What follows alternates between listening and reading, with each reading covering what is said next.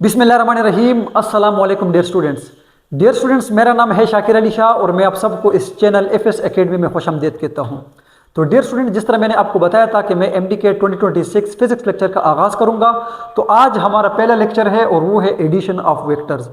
जिस तरह dear students आप सबको पता है कि वेक्टर्स क्या होता है या वेक्टर कैसे कहते हैं, those physical quantity which can be completely describe by magnitude as well as direction. तो डियर स्टूडेंट्स, मैं बहुत ज़्यादा बेसिक में नहीं जाऊँगा चूँकि हम एमडीकेट की क्लासेस ले रहे हैं, तो इसीलिए मैं जो है आपको कंसेप्चुअल और जिन चीज़ों से एमसीक्यूज़ बनते हैं उसकी तरफ जाऊँगा।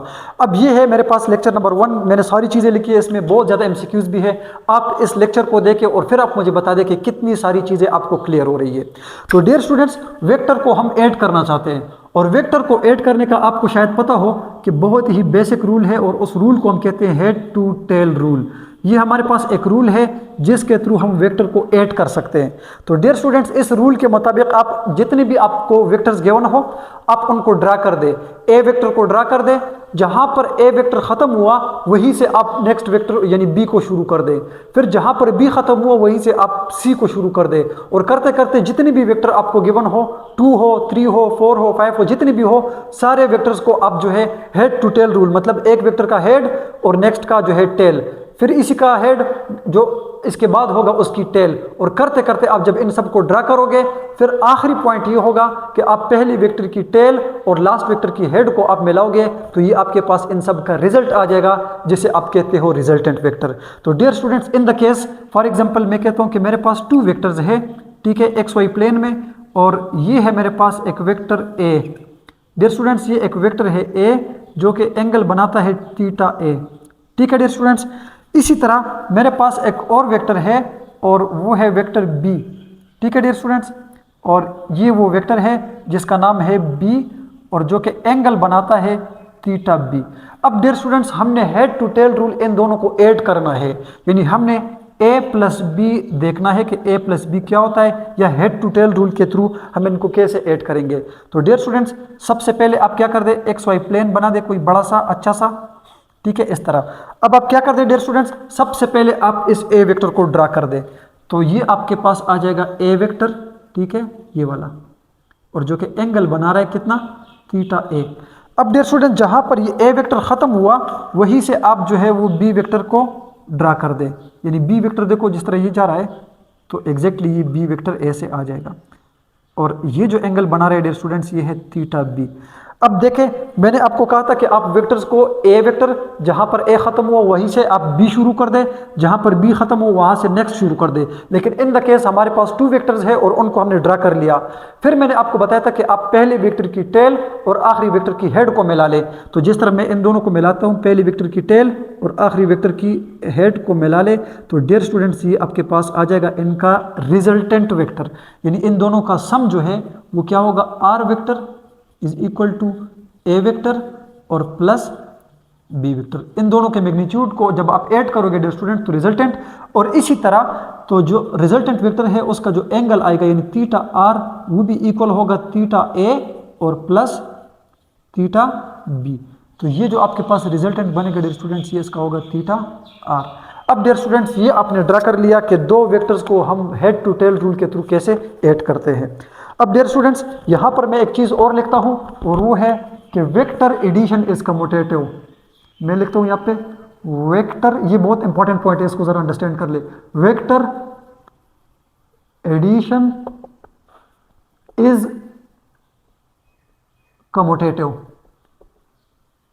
तो डियर स्टूडेंट्स, इस पॉइंट का ये मतलब है कि वेक्टर एडिशन इज कम्यूटेटिव। इसका ये मतलब है कि आप ए वेक्टर के साथ बी वेक्टर को ऐड कर दें, या आप क्या कर दें, बी वेक्टर के साथ ए वेक्टर को ऐड कर दे, तो दोनों इक्वल होंगे, यानी A plus B equals to B plus A. अगर आपसे कोई पूछे कि क्या वेक्टर एडिशन जो है वो कम्यूटेटिव होल्ड करती है या नहीं, तो आप कहोगे 100% होल्ड करती है कि आप ए वेक्टर के साथ बी को ऐड कर दे या बी के साथ आप क्या कर दे, ए को ऐड कर दे, और दोनों का रिजल्ट सेम मिलेगा, यानी दोनों का जो रिजल्टेंट आएगा वो बिल्कुल क्या होगा डियर स्टूडेंट्स, इक्वल होगा, यानी ए प्लस बी भी आर के इक्वल होगा और बी प्लस ए भी जो है वो किसके इक्वल होगा, आर के इक्वल होगा, और आर के मैग्नीट्यूड और रिजल्टेंट के ऊपर कोई फर्क जो है वो नहीं आएगा, ठीक है डियर स्टूडेंट्स। अच्छा, अब अगर मैं देखूं यहां पर जिस तरह मैंने यहां पर किया ना a प्लस बी, अब डियर स्टूडेंट्स मैं क्या करता हूं, मैं b प्लस ए करता हूं, a प्लस बी, तो ये आपके सामने आ गया, ये जो है आपके पास रिजल्टेंट है।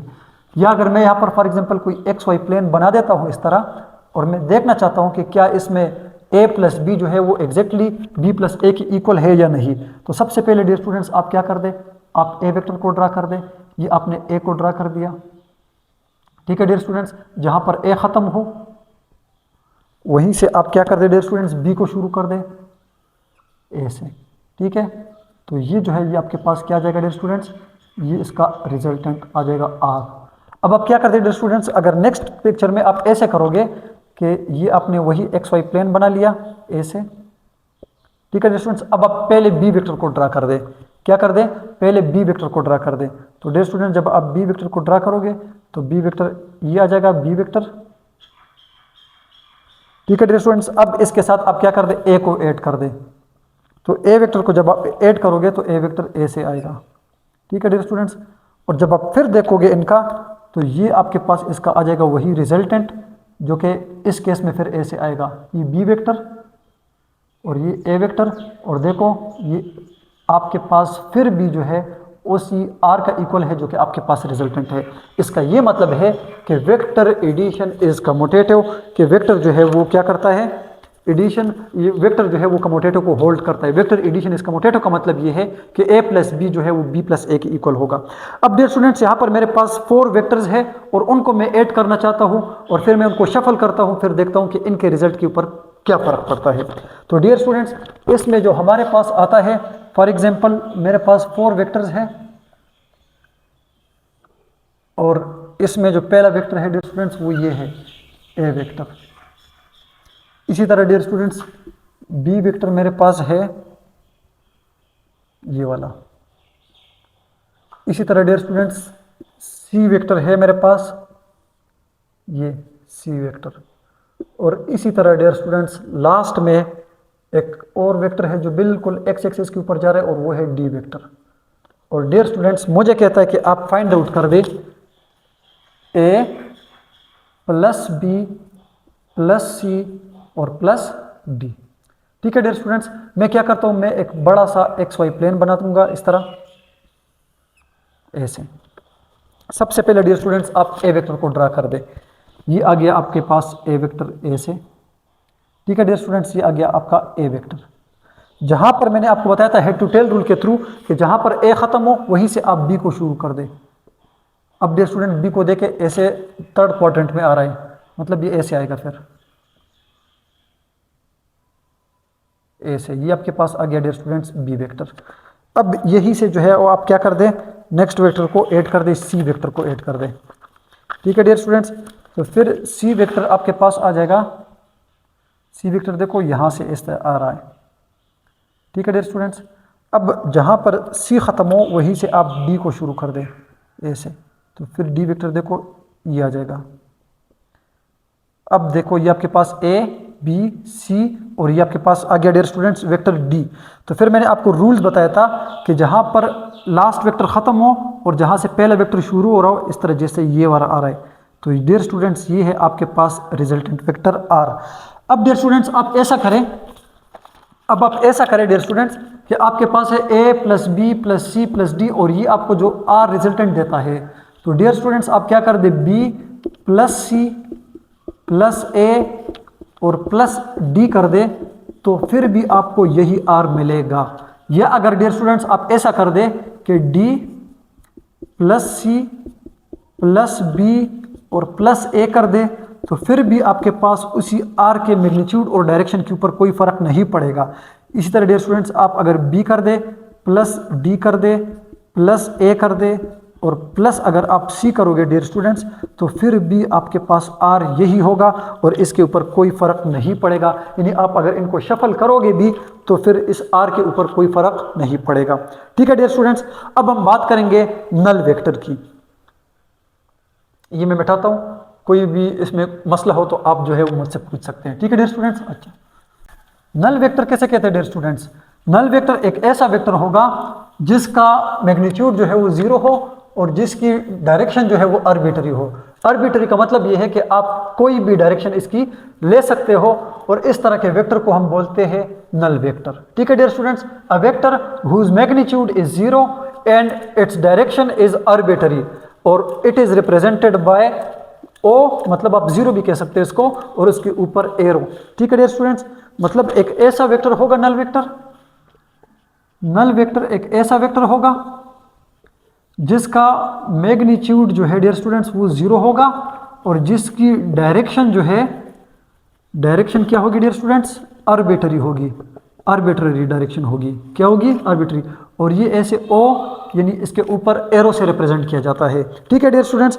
अच्छा, अब ये आपको कैसे मिल सकता है, यानी आपको जीरो वेक्टर या नल वेक्टर कब मिलता है, जब आप वेक्टर को क्या करते हो, वेक्टर की जब आप एडिशन करते हो डियर स्टूडेंट्स, जब आप वेक्टर की क्या करते हो, सब्ट्रैक्शन करते हो, तब भी आपको जीरो वेक्टर मिल सकता है।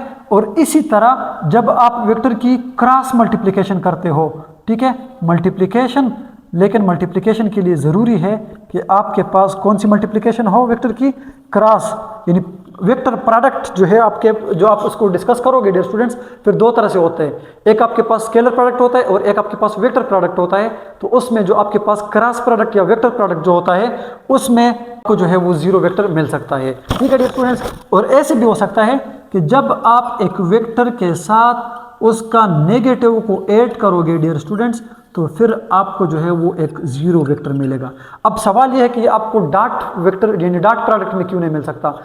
क्रॉस और डॉट प्रोडक्ट आपने पढ़ा होगा डियर स्टूडेंट्स कि जब आपके पास मतलब अगर जीरो मैग्नीट्यूड आ जाए वो तो ठीक है, लेकिन डॉट में ये होता है कि जब दो वेक्टर को आप इस तरह मल्टीप्लाई करोगे कि वो आपको स्केलर देगा, वहाँ पर जीरो मिलेगा लेकिन उसकी फिर कोई भी डायरेक्शन नहीं होगी। लेकिन जब क्रॉस प्रोडक्ट में आप देखोगे फिर भी आपको जीरो ही मैग्नीट्यूड मिलेगा, लेकिन उसकी आर्बिट्रेरी डायरेक्शन होगी, मतलब आप कोई भी ले सकते हो वहाँ पे। ठीक है। और दूसरी बात यह कि एक वेक्टर को जो है ना आपने उसके साथ नेगेटिव ऐड कर लिया तो तब जो है आपको एक नल वेक्टर मिलेगा, जीरो वेक्टर मिलेगा। ठीक है डियर स्टूडेंट्स। अब बात यह है कि एक वेक्टर अपने नेगेटिव वेक्टर से 180 एंगल पर जो है वो डायरेक्टेड होता है। मतलब ये है डियर स्टूडेंट्स, ये आपके पास ए वेक्टर है और ये आपके पास नेगेटिव ऑफ ए है, जब आप इन दोनों को ऐड करते हो तो आपको जीरो वेक्टर मिलता है। इसका ये मतलब है डियर स्टूडेंट्स कि अगर ये आपके पास एक्स वाई प्लेन है, ठीक है डियर स्टूडेंट्स, और ये आपके पास ओरिजिन है और ये आपके पास एक वेक्टर है डियर स्टूडेंट्स ए, तो बिल्कुल इसके अपोजिट यानी 180 पर जो वेक्टर होगा उसको हम बोलेंगे नेगेटिव ऑफ ए, और इन दोनों के दरमियान जो एंगल होगा डियर स्टूडेंट्स वो होगा 180। अगर आपसे ये एमसीक्यूज में पूछा जाएगा कि the angle between vector and it's negative is, तो फिर आप कहोगे 180। ठीक है डियर स्टूडेंट, इंपॉर्टेंट पॉइंट है, आप इसको अंडरस्टैंड कर ले। अब यहाँ पर जो है वो इंपॉर्टेंट पॉइंट की तरफ मैं जा रहा हूँ और वो है scalar multiplication of a vector, कि जब भी किसी वेक्टर को आप एक स्केलर नंबर के साथ मल्टीप्लाई करते हो डियर स्टूडेंट्स, यहाँ पर मैं लिखता हूँ scalar multiplication of a vector, scalar multiplication of vector. अब डियर स्टूडेंट्स मैं यहाँ पर सिंपल बता देता हूँ कि फॉर एग्जांपल ए है आपके पास कोई एक वेक्टर, ए इज वेक्टर, ठीक है डियर स्टूडेंट्स, और यहाँ पर लिखता हूँ एंड के इज एनी नंबर, के इज एनी नंबर। अब के कोई एक वेक्टर है डियर स्टूडेंट्स जिसका मैग्नीट्यूड और डायरेक्शन होगा, और के जो है ये कोई एक नंबर है। तो डियर स्टूडेंट्स आपको पता होगा कि ये के जो है ये मतलब आपके पास पॉजिटिव भी हो सकता है, के जो है ये आपके पास जीरो भी हो सकता है, और के जो है ये आपके पास एक नेगेटिव नंबर भी हो सकता है। अब डियर स्टूडेंट्स अगर आप किसी भी वेक्टर को पॉजिटिव नंबर के साथ मल्टीप्लाई करते हो, ठीक है, और वो नंबर जो है वो ग्रेटर देन 1 हो, यानी मैं यहाँ पर लिखता हूँ कि के इज ग्रेटर देन 1, तो डियर स्टूडेंट्स फिर उस वेक्टर का यानी ए का मैग्नीट्यूड भी बढ़ेगा। ठीक है, देन जब आप इसको ए के साथ मल्टीप्लाई करोगे और के जो है वो ग्रेटर देन 1 है, तो फिर मैग्नीट्यूड जो है डियर स्टूडेंट्स, मैग्नीट्यूड जो है वो इंक्रीज होगा। क्या होगा डियर स्टूडेंट्स, इंक्रीज होगा, लेकिन डायरेक्शन उसकी सेम रहेगी, बट डायरेक्शन रिमेन सेम। ठीक है डियर स्टूडेंट्स। दूसरी बात यह कि अगर आपका के जो है डियर स्टूडेंट वो जीरो आ जाए, तो फिर आप के और ए जो है तो फिर ये आपके पास आ जाएगा जीरो ए, और ये आपको जीरो वेक्टर देगा। यानी किसी भी वेक्टर के साथ अगर आप जीरो को मल्टीप्लाई करोगे तो वो आपको जीरो वेक्टर देगा, इसका मैग्नीट्यूड जीरो होगा और इसकी डायरेक्शन जो है डियर स्टूडेंट्स को क्या होगी, आर्बिट्ररी होगी। अब नेक्स्ट जो हमारे पास है डियर स्टूडेंट्स कि अगर के जो है वो लेस देन 1 हो, यानी 1 से छोटा हो, तो फिर डियर स्टूडेंट्स इसका मैग्नीट्यूड जो है वो भी चेंज होगा। ठीक है, मतलब अगर ये -2 हो तो फिर इसका मैग्नीट्यूड जो है डियर स्टूडेंट्स, मैग्नीट्यूड जो है वो इंक्रीज होगा। ठीक है, एंड डायरेक्शन जो है वो क्या होगा, direction will be opposite, will be opposite. अब मैं आपको सिंपल बता देता हूँ डियर स्टूडेंट्स, आप ये अंडरस्टैंड कर ले कि ये आपके पास k है 2, ठीक है, और एक वेक्टर है जो कि फॉर एग्जांपल ये है। ठीक है डियर स्टूडेंट्स, ये एक वेक्टर है 2a क्या होगा डियर स्टूडेंट्स, इसका ये मतलब है कि आप a वेक्टर के साथ 2 को मल्टीप्लाई करो तो इसका मैग्नीट्यूड जो है डियर स्टूडेंट्स वो क्या हो जाएगा, डबल हो जाएगा। जिस तरह ये है ना, ये डबल हो जाएगा और इसकी डायरेक्शन वही होगी। अगर 2 जो है मतलब ये नेगेटिव नहीं है, ये पॉजिटिव है। अब डियर स्टूडेंट्स अगर ये -2a हो, -2a हो तो डियर स्टूडेंट इसका मैग्नीट्यूड तो डबल हो जाएगा, a से डबल हो जाएगा, लेकिन चूंकि ये माइनस है तो फिर इसका डायरेक्शन जो है वो अपोजिट हो जाएगा और मैग्नीट्यूड डबल हो जाएगा। इसी तरह अगर ये 0a हो डियर स्टूडेंट्स तो फिर ये आपको जो है वो मतलब 0 देगा, इसका कोई जो है मैग्नीट्यूड नहीं होगा और इसकी डायरेक्शन जो है आर्बिटरी, आप ये डायरेक्शन लो, आप ये डायरेक्शन लो, आप ये डायरेक्शन लो, आप ये डायरेक्शन लो, जो आपको रिक्वायर्ड हो। तो डियर स्टूडेंट्स ये मैंने आपको बात बता दी कि multiplication of a vector by a scalar number. ठीक है डियर स्टूडेंट्स, अच्छा अब यहाँ पर एक इंपॉर्टेंट और भी मैंने लिखा है कि फॉर एग्जाम्पल डियर स्टूडेंट्स ये है आपके पास एक वेक्टर a। ठीक है डियर स्टूडेंट्स, ये एक वेक्टर है a, तो आपसे कोई पूछे कि -2a क्या होगा, तो डियर स्टूडेंट्स आप बिल्कुल इसका मैग्नीट्यूड डबल कर दें a से और नेगेटिव में ले लें 180 एंगल के साथ। मैंने बताया था ना कि 180 एंगल होगा, तो ये जो है आपके पास इस तरह आ जाएगा। ठीक है डियर स्टूडेंट्स, अच्छा अब नेक्स्ट हमारे पास आ रहा है और वो है रिजोल्यूशन ऑफ अ वेक्टर, के वेक्टर को हम कैसे रिजॉल्व करते हैं। डियर स्टूडेंट्स ये बहुत ज़्यादा इंपॉर्टेंट है, इसको आप अंडरस्टैंड करने की कोशिश करें। रिजोल्यूशन में ये होता है कि वो एडिशन ऑफ वेक्टर का बिल्कुल उलट प्रोसेस है। एडिशन ऑफ वेक्टर में आप क्या करते हो डियर स्टूडेंट्स, एडिशन में आप क्या करते हो कि 2 3 4 5 वेक्टर्स को ऐड करके उनसे एक वेक्टर बनाते हो, जिसे आप कहते हो रिजल्टेंट वेक्टर, यानी 3 4 वेक्टर को कंबाइन करके एक वेक्टर बनाते हो। और यहाँ पर क्या होता है, रिजोल्यूशन ऑफ वेक्टर में हम एक वेक्टर को तोड़ के उससे 2 या 3 या कोई भी जो है वो वेक्टर्स हम बना सकते हैं। ठीक है, तो इसमें हम वेक्टर की ब्रेक डाउन करते हैं। तो आप कहोगे the process of splitting of a vector into its component is called resolution of vector. क्या है स्टूडेंट्स, रिजोल्यूशन ऑफ वेक्टर। ठीक है, रिजॉल्व करना, रिजोल्यूशन ऑफ वेक्टर्स, कि इसमें हम वेक्टर को रिजॉल्व करेंगे। The process of splitting of a vector into its components. ठीक है डियर स्टूडेंट्स, मैं यहाँ पे लिखता हूं the process of splitting of a vector into its components is called resolution of vector, or it is the reverse process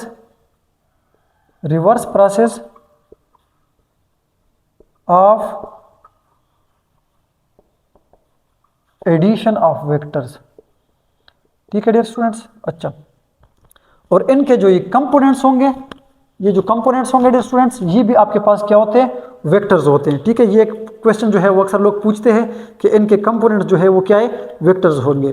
अब सवाल ये है कि अगर मैं यहाँ पर लिखता हूँ इफ द कंपोनेंट्स, जिसमें आपने वेक्टर्स को डिवाइड किया है, if the components are perpendicular to each other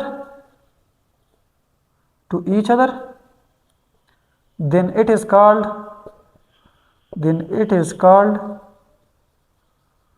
rectangular components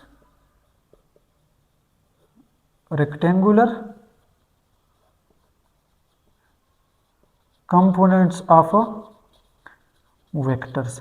कि अगर ये कंपोनेंट जो है मतलब एक ऐसे जा रहा हो एक ऐसे जा रहा हो, तो हम बोलेंगे कि ये वेक्टर के जो है वो क्या है, रेक्टेंगुलर कंपोनेंट्स है, कि ये इसका x कंपोनेंट है और ये इसका y कंपोनेंट है और ये कोई भी एक वेक्टर हो a हो। ठीक है, तो ये फिर ax आ जाएगा और ये क्या आ जाएगा, ay आ जाएगा।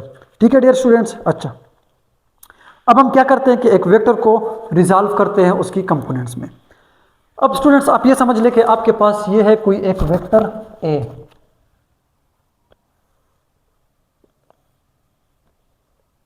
जिसका ओरिजिन, और ये है कोई एक वेक्टर डियर स्टूडेंट्स और उसका नाम है ए। अब मैं क्या करता हूँ, मैं इसको रिजॉल्व करता हूँ कंपोनेंट्स में। तो सबसे पहली बात ये है डियर स्टूडेंट्स कि ये वेक्टर जहाँ पर ख़त्म हुआ है वहीं से आप परपेंडिकुलर डॉट इस तरह ड्रा कर दें। अब इसका ये मतलब है कि ये वेक्टर जो है ये 2 डायमेंशनल है, ये एलॉन्ग एक्स भी मूव करता है और एलॉन्ग वाई भी मूव कर रहा है। तो डियर स्टूडेंट्स इस वेक्टर का वो हिस्सा जो एलॉन्ग एक्स एक्सिस आ रहा है ए से, तो मैं कहूँगा कि ये इसका ए एक्स कंपोनेंट है, और जो ये बिल्कुल ए से ऊपर जा रहे हैं डियर स्टूडेंट्स ये इसका ए वाई है। ठीक है डियर स्टूडेंट्स। अच्छा, अब अगर आप देखोगे तो ये आपके पास 90 एंगल बनता है, इसीलिए तो हमने इसको रेक्टेंगुलर कंपोनेंट्स का नाम दिया था। तो डियर स्टूडेंट्स ये आपके पास एक राइट एंगल ट्राइंगल बनता है ए से, ठीक है, जिसमें एक वेक्टर होता है, फॉर एग्जांपल ए वेक्टर है। ठीक है डियर स्टूडेंट्स ए, तो ये इसका आ जाएगा ए एक्स और ये आ जाएगा इसका ए वाई। चूंकि ये ए वाई है तो ये भी ए वाई और ये ए एक्स है, तो बिल्कुल इसके सामने ये वाला भी ए एक्स। अब डियर स्टूडेंट्स ये बनता है आपके सामने, क्या बनता है, एक राइट एंगल ट्राइंगल बनता है। ठीक है, और जिसमें ये वेक्टर जो है ए वेक्टर जो है ये इक्वल होता है A X plus A Y के। और अगर आप ए से लिख दें तो ए से भी लिख सकते हो कि ए एक्स आई इसका यूनिट वेक्टर और ए वाई जो है डियर स्टूडेंट्स वो क्या आ जाएगा, जे इसका यूनिट वेक्टर। ठीक है डियर स्टूडेंट्स। अब इसको आप देखें तो ये इसका है हाइपोटेनियस या हाइपोटेन्यूज, ये इसका है डियर स्टूडेंट्स बेस, और ये इसका है डियर स्टूडेंट्स परपेंडिकुलर। तो यहाँ पर मैं आपको कुछ चीज़ें लिखवाऊंगा, आप इसको अंडरस्टैंड कर लें। ठीक है, कि यहाँ पर मेरे पास एंगल्स कैसे बनेगा। मैं इसको मिटा देता हूँ। आप लोगों को ये पता है कि साइन थीटा किस चीज़ की इक्वल होता है, कॉस थीटा किस चीज़ की इक्वल होता है, और इसी तरह टेन थीटा जो है वो किस चीज़ के इक्वल होता है। तो डियर स्टूडेंट्स यहाँ पर मैं एक फॉर्मूला लिखता हूँ सिंपल सिंपल, और वो है सम, आप सबको आता होगा, some people have curly brown hair through proper brushes। ठीक है डियर स्टूडेंट्स। अच्छा, मोबाइल भी देखना होता है कि रिकॉर्डिंग पर लगा है या नहीं, बिल्कुल लगा है। ठीक है डियर स्टूडेंट्स। अच्छा, तो यहाँ पर सम का मतलब होगा sine theta, sine theta is equal to perpendicular, people से आ जाएगा परपेंडिकुलर डिवाइडेड बाय हाइपोटेन्यूज। ठीक है डियर स्टूडेंट्स। इसी तरह करली ब्राउन हेयर, करली से आ जाएगा cos theta is equal to base divided by hair से मतलब हाइपोटेन्यूज, और इसी तरह टेन थीटा आ जाएगा प्रॉपर ब्रशेस यानी परपेंडिकुलर बाय ब्रशेस जो है डियर स्टूडेंट्स वो क्या हो जाएगा, बेस हो जाएगा। ठीक है, तो अब अगर आप यहाँ पर लिखो, आप यहाँ पर साइन की वैल्यू लिख दो डियर स्टूडेंट्स, तो हो जाएगा sine theta is equal to perpendicular by hypotenuse, perpendicular by hypotenuse, तो ये हो जाएगा A Y divided by A. ठीक है डियर स्टूडेंट्स। और इसको जब आप मल्टीप्लाई करोगे तो क्रॉस मल्टीप्लाई कर दे तो ये आ जाएगा A Y is equal to A sine theta. इसी तरह डियर स्टूडेंट्स अगर आप काज को देखोगे तो काज क्या है, curly brown hair base by hypotenuse, तो ये हो जाएगा A X divided by A, और जब क्रॉस मल्टीप्लाई करोगे तो A X is equal to A cos theta आ जाएगा। ठीक है डियर स्टूडेंट्स। और इसी तरह अगर आप टेन थीटा को देखोगे तो थ्रू प्रॉपर ब्रशेस परपेंडिकुलर यानी A Y divided by A X, इसको हम इस तरह यूज करते हैं। अब डियर स्टूडेंट्स आपने पढ़ा था कि मेरे पास ए वेक्टर किसके इक्वल होता है, यानी ए वेक्टर होता है हमारे पास A X plus A Y के इक्वल होता है। तो आप ऐसे भी लिख सकते हैं कि ए वेक्टर जो हमारे पास है वो है ए एक्स यानी ए कॉस थीटा और प्लस ए साइन थीटा, और इसको अगर आप जो है वो यूनिट वेक्टर की टर्म्स में लेके तो आप लिख सकते हो। ठीक है डियर स्टूडेंट्स, यहाँ तक मैंने आपको ये बता दिया कि हमने वेक्टर्स के कंपोनेंट्स कैसे बना दिए। अब ज़्यादातर लोग क्वेश्चन पूछते हैं कि हमारे पास एक्स कंपोनेंट में कॉस थीटा क्यों आता है और वाई कंपोनेंट में साइन थीटा क्यों आता है। तो वो इसीलिए आता है क्योंकि हम यहाँ पर कुछ रेशोज यूज करते हैं। ठीक है डियर स्टूडेंट्स। अब अगर आपको कोई फोर्स गिवन हो, ठीक है डियर स्टूडेंट्स, और मैं ये एमसीक्यू मेरे पास है कि मेरे पास फोर्स होगा, मैं आपको कहूंगा कि इसका आप मुझे एक्स कंपोनेंट बता दे और इसका आप मुझे वाई कंपोनेंट बता दे। तो डियर स्टूडेंट्स ये आपने यूज करना है A sine theta for Y component, ठीक है, ये वाई कंपोनेंट के लिए है, और A X is equal to A cos theta, ये हमारे पास है डियर स्टूडेंट्स एक्स कंपोनेंट के, ठीक है। अच्छा, दो चीजें मैंने बता दी आपको ऑलरेडी कि वेक्टर का अगर आपने एक्स कंपोनेंट मालूम करना हो या वेक्टर का आपने वाई कंपोनेंट मालूम करना हो तो आपने ये जो है दोनों इक्वेशन यूज करनी है, A X is equal to A cos theta और A Y is equal to A sine theta. अब डियर स्टूडेंट्स हम ये बात करेंगे कि हम किसी भी वेक्टर का मैग्नीट्यूड और उसका डायरेक्शन कैसे मालूम करेंगे, और इससे बहुत ज़्यादा एमसीक्यूज आते हैं जो कि अभी मेरे पास है भी और वो मैं सॉल्व करूंगा और आपसे भी पूछूंगा तो आप लोगों ने बता देना है। अब डियर स्टूडेंट्स हम बात करेंगे किसी भी वेक्टर का मैग्नीट्यूड और उसका डायरेक्शन, ठीक है डियर स्टूडेंट्स। तो मैग्नीट्यूड के लिए याद रखना हम यूज करेंगे पाइथागोरस थ्योरम, उसको कहते हैं, और ये तब यूज करते हैं डियर स्टूडेंट्स कि जब आपके पास एक राइट एंगल ट्रायंगल हो, जिसमें राइट एंगल ट्रायंगल वो होता है जिसमें एक एंगल जो है वो 90 डिग्री का हो, ठीक है। और पाइथागोरस थ्योरम इक्वल होता है हाइपोटेन्यूज स्क्वायर या hypotenuse square is equal to base square plus perpendicular square, ठीक है डियर स्टूडेंट्स। तो आप मुझे बता दें कि आपको ये तरीकाकार आता है कि किसी भी वेक्टर का मैग्नीट्यूड और डायरेक्शन कैसे मालूम करते हैं, ठीक है। अगर आता है तो वेल एंड गुड, नहीं आता तो मैं अभी आपको बताऊंगा कि किसी भी वेक्टर का मैग्नीट्यूड और उसका डायरेक्शन हम कैसे मालूम करेंगे, ठीक है।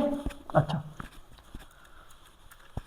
अब स्टूडेंट्स जिस तरह मैंने आपको बताया था कि ये हमारे पास एक वेक्टर है, ठीक है, जो ये मूव कर रहा था और उसके फिर हमने बनाए थे ए एक्स, इसी तरह ए वाई, और ये हमारे पास था ए। फिर इसी तरह मैंने आपको ये भी बता दिया डियर स्टूडेंट्स कि ये हमारे पास है बेस, ये हमारे पास है परपेंडिकुलर और ये हमारे पास है हाइपोटेन्यूज। तो डियर स्टूडेंट्स अगर मैंने इसका मैग्नीट्यूड देखना हो तो मैग्नीट्यूड के लिए याद रखना हम यूज करते हैं पाइथागोरस थ्योरम। क्या यूज करते हैं dear students? Pythagoras theorem. Pythagoras theorem, Pythagoras theorem क्या होता है? Hypotenuse square is equal to base square plus perpendicular square, ठीक है डियर स्टूडेंट्स। तो हाइपोटेन्यूज स्क्वायर आपके पास आ जाएगा A square is equal to base square यानी ए एक्स स्क्वायर, और इसी तरह परपेंडिकुलर स्क्वायर यानी ए वाई स्क्वायर, और दोनों साइड से आप स्क्वायर रूट ले क्योंकि स्क्वायर को हमने खत्म करना है। तो डियर स्टूडेंट्स हमारे पास ये फार्मूला फिर इस तरह आ जाएगा कि A magnitude is equal to dear students उसका एक्स स्क्वायर और उसके वाई कंपोनेंट का स्क्वायर और स्क्वायर रूट। तो इसको यूज करके डियर स्टूडेंट्स आप किसी भी वेक्टर का मैग्नीट्यूड फाइंड आउट कर सकते हो। कैसे डियर स्टूडेंट्स? अगर फॉर एग्जांपल आपके पास है कोई एक वेक्टर है और वो है 3xi प्लस 4yj, आपसे कोई पूछता है कि आप ए का मैग्नीट्यूड मुझे बता दें। तो डियर स्टूडेंट्स इसका स्क्वायर ले 3 स्क्वायर प्लस इसका स्क्वायर ले 4 स्क्वायर और स्क्वायर रूट ले, तो ये हो जाएगा 9 प्लस 16, तो ये हो जाएगा 25, और 25 स्क्वायर रूट जो है डियर स्टूडेंट्स वो 5 के इक्वल होता है। तो ये इसका आ गया मैग्नीट्यूड। इसी तरह डियर स्टूडेंट्स आपने अगर डायरेक्शन फाइंड आउट करनी हो, यानी इसी वेक्टर का आपने अगर डायरेक्शन फाइंड आउट करना हो तो याद रखिए डियर स्टूडेंट्स के डायरेक्शन के लिए हम यूज करते हैं टेन थीटा। क्या यूज करते हैं डियर स्टूडेंट्स? टेन थीटा, और वो हमारे पास इक्वल होता है थ्रू प्रॉपर ब्रशेस। तो परपेंडिकुलर यानी A Y divided by base A X. इसी तरह अगर डियर स्टूडेंट्स आपने थीटा फाइंड आउट करना है, आपने टेन थीटा नहीं, तो फिर आपके पास ये थीटा आ जाएगा। थीटा जब इस तरफ आएगा तो ये हो जाएगा टेन इनवर्स, और इसी तरह A Y divided by A X. अब डियर स्टूडेंट्स आपके पास होगा कैलकुलेटर। कैलकुलेटर में यहाँ पर एक बटन होता है जैसे लिखा जाता है शिफ्ट। शिफ्ट क्लिक करने के बाद आप 10 को करोगे तो ये 10 इनवर्स हो जाएगा। फिर आपके पास जो y कंपोनेंट होगा वो लिख दे, डिवाइडेड बाय जो x होगा वो लिख दे, तो फिर आपके पास ये उसी वेक्टर का क्या आ जाएगा डियर स्टूडेंट्स? डायरेक्शन आ जाएगी। तो इन द केस आपके पास आ जाएगा 10 इनवर्स 4/3। तो इसको देखे डियर स्टूडेंट्स ये आपके पास कोई एक एंगल आ जाएगा जो कि इस वेक्टर का है, ठीक है। अच्छा डियर स्टूडेंट्स अब अगर हमारे पास जो है वो वेक्टर अगर स्पेस में हो यानी उसके 3 कंपोनेंट्स हो तो फिर आपने उसका मैग्नीट्यूड कैसे मालूम करना होगा?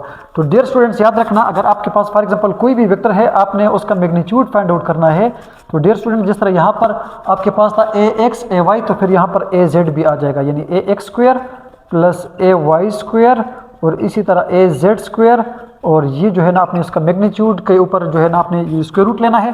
तो डियर स्टूडेंट्स ये आपके पास आ जाएगा उसका मैग्नीट्यूड। लेकिन डियर स्टूडेंट्स अगर कोई एक वेक्टर है और वो स्पेस में है यानी उसके 3 कंपोनेंट्स है, तो उसका एंगल फिर आप ये फार्मूला यूज नहीं कर सकते, फिर जो है आप 2 वेक्टर्स के लिए करोगे। मतलब डियर स्टूडेंट्स अगर ये आपके पास है एक्स वाई प्लेन ना, तो डियर स्टूडेंट्स फिर आपके पास यहाँ पर एक और एक्सेस भी होता है, जैसे आप कहते हैं जेड एक्सेस। मतलब ये एक्स, ये नेगेटिव एक्स, ये वाई, ये नेगेटिव वाई, और ये जो है जेड, ये नेगेटिव जेड। डियर स्टूडेंट्स फिर आप इन दोनों के लिए करोगे, इसी तरह वाई जेड का करोगे, जेड एक्स का करोगे, एक्स वाई का करोगे, दो का करोगे कि इन दोनों के दरमियान कौन सा एंगल बनता है। ठीक है डियर स्टूडेंट्स, तो ये हमारे पास कोई तरीक़ाकार था कि हम वेक्टर्स को किस तरह ऐड करेंगे और कैसे जो है हम उसकी मैग्नीट्यूड और डायरेक्शन फाइंड आउट करते हैं। लेकिन अब जो इंपॉर्टेंट चीज़ है डियर स्टूडेंट्स कि हम वेक्टर को जो है रेक्टेंगुलर कंपोनेंट्स के थ्रू कैसे ऐड करते हैं, यानी addition of vectors by rectangular component. अगर आप देखोगे तो एमडीकेट में आपका पहला टॉपिक ये बनता है कि आप जो है वेक्टर एडिशन बाय जो है वो रेक्टेंगुलर कंपोनेंट्स कैसे करते हो। डियर स्टूडेंट्स अगर ये सारी चीज़ें जो मैंने आपको बता दी ये आपको ना पता हो तो आप उसकी जो है रेक्टेंगुलर कंपोनेंट्स आपको पता ही नहीं होगा कि वो क्या होता है और हम कैसे इसको ऐड करेंगे। तो डियर स्टूडेंट्स मैं इसको मिटा देता हूँ यहाँ से कि हम वेक्टर को जो है by rectangular addition by rectangular method हम कैसे करते हैं। तो addition of vector by rectangular components ये होगा डियर स्टूडेंट्स कि इसमें आप एनालिटिकल मेथड जो है वो यूज़ करोगे। एनालिटिकल मेथड का मतलब ये है कि इसमें आप वेक्टर के कंपोनेंट्स को जो है वो ऐड करोगे। यानी अगर फॉर एग्जांपल आपके पास ए वेक्टर है, बी वेक्टर है, इनको आप ऐड करोगे तो जिस तरह आपने दूसरी तरह के ऐड किया था ना, जैसे आप कहते हो हेड टू टेल रूल, तो वो ज्योमेट्रिकल मेथड था। अब ये आपके पास है ना एनालिटिकल मेथड, इसमें आप ऐसे करोगे कि ए वेक्टर को आप तोड़ोगे, स्प्लिट करोगे, ठीक है, उसकी जो है रिजोल्यूशन करोगे, एक्स और वाई कंपोनेंट बनाओगे। फिर इसी तरह बी वेक्टर्स को आप क्या करोगे, तोड़ोगे, उसके एक्स वाई कंपोनेंट्स बनाओगे। फिर जो है ए एक्स के साथ बी एक्स को ऐड करोगे, ठीक है, इसी तरह जो है आप ए वाई के साथ बी वाई को ऐड करोगे। तो फिर इसी तरह रिजल्टेंट आ जाएगा, रिजल्टेंट के भी 2 कंपोनेंट्स आएंगे, एक उसका एक्स आ जाएगा और एक उसका जो है वो वाई आ जाएगा, और इसी तरह आप उसका एंगल भी फाइंड आउट कर सकते हो। ठीक है डियर स्टूडेंट्स। अच्छा, अब हमारे पास है addition of vectors by rectangular component. तो मैं यहाँ पर लिखता हूँ addition of vectors by rectangular component, addition of vectors by rectangular components. Dear students यहाँ पर लिखा है ना कि इनको हम ऐड करेंगे by analytical method. Analytical method का मतलब ही यही होता है कि आप जो है उनके कंपोनेंट्स को ऐड करोगे। किसको ऐड करोगे डियर स्टूडेंट्स, कंपोनेंट्स को ऐड करोगे। और ये वाला मेथड जो है ये बहुत ज़्यादा जो है वो आपके पास प्रिसाइज एंड एक्यूरेट है, प्रिसाइज एंड एक्यूरेट है कि इसमें जो है आपके पास एरर बहुत ज़्यादा कम आएगा और कम आ सकता है। ठीक है डियर स्टूडेंट्स।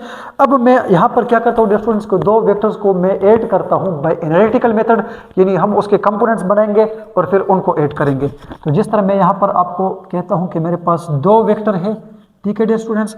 ए वेक्टर है मेरे पास ये वाला, और ये जो एंगल बनाता है डियर स्टूडेंट्स वो है थीटा ए।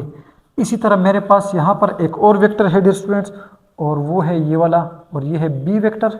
ठीक है डियर स्टूडेंट्स, जो एंगल ये बनाता है इसको मैं कहता हूँ थीटा बी, और मैंने मालूम करना है डियर स्टूडेंट्स ए प्लस बी। कौन सा मेथड, बाय रेक्टेंगुलर मेथड। तो डियर स्टूडेंट्स सबसे पहले आप क्या कर दें, सबसे पहले आप क्या कर दें कि एक बड़ा सा जो है वो आप एक्स वाई प्लेन बना दें ऐसे। फिर डियर स्टूडेंट्स आप क्या कर दें, पहले आप ए वेक्टर को ड्रा कर दें, तो ये आपके पास आ जाएगा ए वेक्टर ऐसे। ठीक है डियर स्टूडेंट्स। अच्छा, अब आप और ये जो एंगल ये बनाता है इसको है थीटा ए। डियर स्टूडेंट्स अगर आप इसको गौर से देखें, ठीक है, तो क्या ये इसका ए वाई कंपोनेंट है या नहीं है, और इसी तरह ये वाला जो है ये इसका क्या है, ए एक्स है। जहाँ पर ये ख़त्म हुआ वही स्टूडेंट्स वहीं से आपने बी को स्टार्ट करना है, तो बी वेक्टर आपके पास ये आ जाएगा बी वेक्टर। ठीक है स्टूडेंट्स, और जो ये एंगल बनाता है वो क्या है, थीटा बी। अब स्टूडेंट्स अगर आप गौर से देखोगे कि यहाँ से डॉट ड्रा करोगे और ये इसका एक्स वाई प्लेन था, तो ये आपके पास आ जाएगा बी वेक्टर का एक्स कंपोनेंट, और ये वाला चुनके जो है ये आपके पास आ जाएगा बी वेक्टर का वाई कंपोनेंट, और ये जो आपके पास लास्ट वेक्टर की हेड और पहले वेक्टर की टेल, ये डियर स्टूडेंट्स आपके पास आ जाएगा रिजल्टेंट वेक्टर, और ये इसका आ जाएगा थीटा आर। ठीक है डियर स्टूडेंट्स, और फिर जो है अब आपके पास दो चीज़ें आएगी। देखें, अब ये आर जो है ना, इसके भी दो कंपोनेंट्स होंगे, एक इसका होगा आर एक्स और एक इसका होगा आर वाई। तो डियर स्टूडेंट्स, अगर मैं ऐसा करूं कि मैं इस ए एक्स के साथ इस बी एक्स को ऐड कर दूं, मतलब ए एक्स प्लस बी एक्स, तो क्या ये आपके पास आर एक्स नहीं होगा? ठीक है डियर स्टूडेंट्स, ऐसे। ठीक है, या अगर आप आई की टर्म में लिख दें तो फिर ये आ जाएगा A X plus B X और साथ में आई यूनिट वेक्टर। इसी तरह डियर स्टूडेंट्स, अगर आप ए के साथ वाई लिख दें, यानी ये A Y plus B Y, तो क्या ये आपके पास यहाँ से यहाँ तक आर वाई नहीं बनता? और जिस तरह ये आपके पास ये आर एक्स बन रहा था, यानी A X plus B X जो कि आर एक्स बन रहा था, तो ये A Y plus B Y dear students, ये आपको देगा आर वाई, उसका रिजल्टेंट कंपोनेंट वाई। ठीक है डियर स्टूडेंट्स, तो जो रिजल्टेंट वेक्टर आपके पास आता है ना डियर स्टूडेंट्स आर, तो आप ये कह सकते हैं कि R is equal to R X I plus R Y J. तो अब आर एक्स स्टूडेंट्स आपके पास आ जाएगा A X plus B X और ये इसका आई, और इसी तरह A Y plus B Y और ये उसका जे। तो डियर स्टूडेंट्स, ये आपके पास था आर वेक्टर। ठीक है, रिजल्टेंट को आप लोग ऐसे लिखोगे। इस मेथड को कहते हैं dear students addition of vectors by rectangular components के। आप जो है इनको इस तरह ऐड करोगे। अब स्टूडेंट्स मसला ये है कि जब आपके पास इस तरह का आ जाएगा तो इसका रिजल्टेंट का भी आप जो है मैग्नीट्यूड मालूम करोगे। यानी मैग्नीट्यूड ऑफ रिजल्टेंट फिर क्या होगा dear students? Magnitude of resultant होगा कि r इज इक्वल टू, फिर ये हो जाएगा R X square plus R Y square और स्क्वायर रूट। तो फिर ये इस तरह हो जाएगा ना डियर स्टूडेंट कि आर एक्स, और आर एक्स की जगह आ जाएगा आपके पास A X plus B X और उसका स्क्वायर। इसी तरह आर वाई, तो ये हो जाएगा A Y plus B Y और उसका स्क्वायर और स्क्वायर रूट। ठीक है डियर स्टूडेंट्स। अच्छा, अब अगर आपके पास वेक्टर इन स्पेस हो तो A X plus B X plus C X, अगर ज़्यादा हो तो A X plus B X plus C X plus D X plus E X वगैरह वगैरह, जितने भी वेक्टर्स हैं सब का एक्स कंपोनेंट, फिर जितने भी वेक्टर्स हैं सब का वाई कंपोनेंट और उनका होल स्क्वायर और स्क्वायर रूट। तो इस तरह जो है आप इनको मालूम करोगे। नेक्स्ट है डियर स्टूडेंट्स कि आप इसका जो है वो डायरेक्शन कैसे मालूम करोगे, यानी एंगल कैसे मालूम करेंगे रिजल्टेंट का डायरेक्शन। उसके लिए आ जाएगा theta is equal to tan inverse Y component था, तो R Y divided by R X. तो इन द केस हमारे पास आ जाएगा dear students theta is equal to tan inverse R Y. R Y क्या है? A Y plus B Y divided by क्या है? A X plus B X. तो डियर स्टूडेंट्स, अगर ये बहुत ज़्यादा हो तो फिर ये A Y B Y C Y D Y E Y, इसी तरह A X B X C X D X and so on. इनको जब आप ऐड करोगे डियर स्टूडेंट्स और डिवाइड करोगे तो ये आपके पास रिजल्टेंट का मैग्नीट्यूड और उसका क्या आ जाएगा डियर स्टूडेंट्स? डायरेक्शन आ जाएगा कि इस तरह आप कर सकते हो। अब नेक्स्ट हमारे पास है डियर स्टूडेंट्स, वो बहुत ज़्यादा इंपॉर्टेंट है, और वो है कि किसी भी क्वाड्रेंट के अंदर आप एंगल को कैसे मालूम करोगे। डियर स्टूडेंट्स, जो एंगल हमें गिवन होता है वो अक्सर जो है वो हमें कंफ्यूज कर देता है। एक चीज़ गिवन होती है, पुट करना होता है दूसरा, तो इसको अंडरस्टैंड करना बहुत ज़्यादा ज़रूरी है।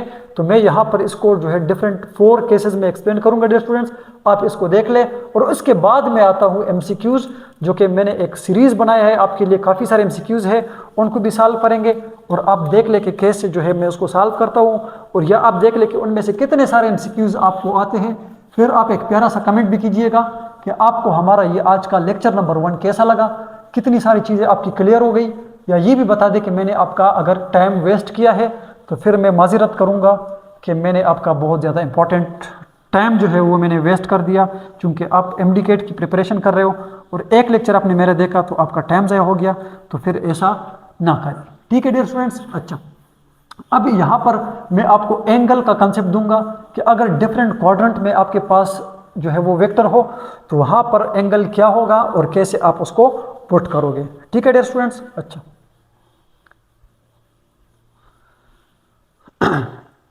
तो वो ये है डियर स्टूडेंट्स कि एंगल इन क्वाड्रेंट, मैं यहाँ पर लिखता हूँ एंगल